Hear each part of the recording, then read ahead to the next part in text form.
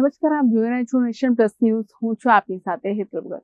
સુરત શહેરમાં ટ્રાફિકની સમસ્યા હલ કરવા માટે ટ્રાફિક પોલીસ હવે એક્શન મોડમાં જોવા મળી રહી છે.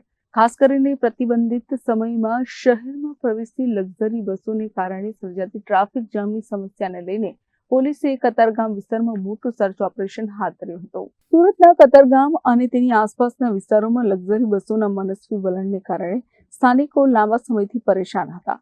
રાત્રિના 10 વાગ્યા પહેલા અને સવારે નો એન્ટ્રીના સમયે પણ લક્ઝરી બસો શહેરમાં ધસી આવતી હતી, જેના કારણે ટ્રાફિકના ગંભીર પ્રશ્નો ઊભા થતા હતા.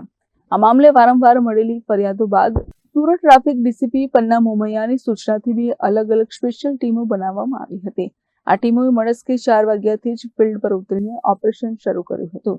જે બસો નિયત સમય પહેલા શહેરમાં પ્રવેશી હતી તેવી 55 જેટલી બસોને અટકાવી તેમની સામે કાયદેસરની કાર્યવાહી કરી દંડ ફટકારવામાં આવ્યો છે.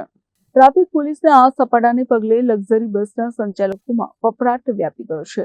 પોલીસનું કહેવું છે કે આ કાર્યવાહી માત્ર 1 દિવસ પૂરતી મર્યાદિત નથી, પરંતુ આગામી દિવસોમાં પણ આ ઝુંબેશ ચાલુ રાખવામાં આવશે.